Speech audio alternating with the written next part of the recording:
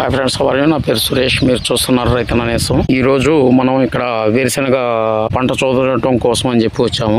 ఇక్కడైతే ఈ పంట చూస్తానికి వచ్చినప్పుడు ఈ చేలో దిగినప్పుడు ఏంటంటే మనకి ఈ పంట అయితే బాగానే ఉంది. ప్లస్ బాగా అంటే ఇప్పటికీ ఈ పంట వచ్చేసి 80 రోజులు అవుతుంది. ఈ 80 రోజులకి మనకి మీరు ఇక్కడ గానీ అబ్జర్వేషన్ చేసినట్టయితే ఆకు చిన్నగా వచ్చి ఆకు రాలిపోవడం అనేది జరిగింది. వాటితో పాటు ఆకు మీద ఏంటంటే మచ్చలుగా వచ్చేస్తాయి, చుక్కలకు వస్తాయి. ఈ చుక్కలు వచ్చేసి వాటి ప్రభావం ఏంటంటే కాయల మీద పడుతుంది. అంటే దిగుబడి కొంచెం తక్కువగా రావడం గానీ అట్లాంటివి అనేది పడుతుంటది. చూడండి, మనకి కాయల మీద మచ్చలు గానీ అట్లాంటివి ఏమైనా ఉన్నాయి, ఏమైనా చూసుకోవాలి ఇక్కడ బొళ్ళాల మీద. ఇప్పటి వరకు ప్రస్తుతానికి అయితే అటువంటి మచ్చలు ఏమీ లేవు.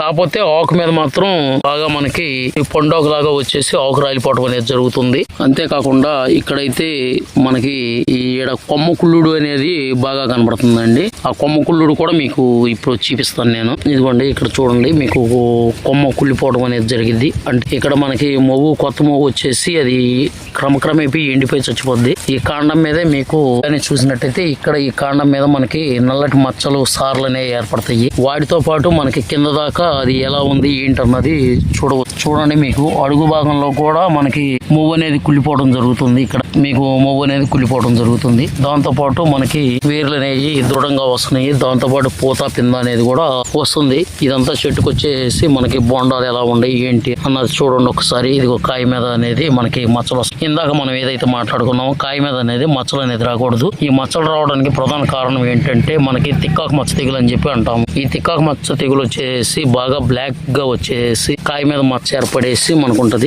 ఆ తెగులు వచ్చేసి ఇదిగోండి మీకు ఇక్కడ కనబడుతుంటది. చూడండి, మీరు గమనించినట్టయితే ఇప్పుడు మనం ఈ చేనికి వాటర్ అనేది పెట్టడం అనేది జరుగుతుంది. ఎక్కువగా ఉండే సాడ ఎక్కువగా ఉంది. కానీ ప్రతి చెట్టుకి మనకి వచ్చేసి కొమ్మకుళ్ళుడు అనేది బాగా కనపడుతుందండి.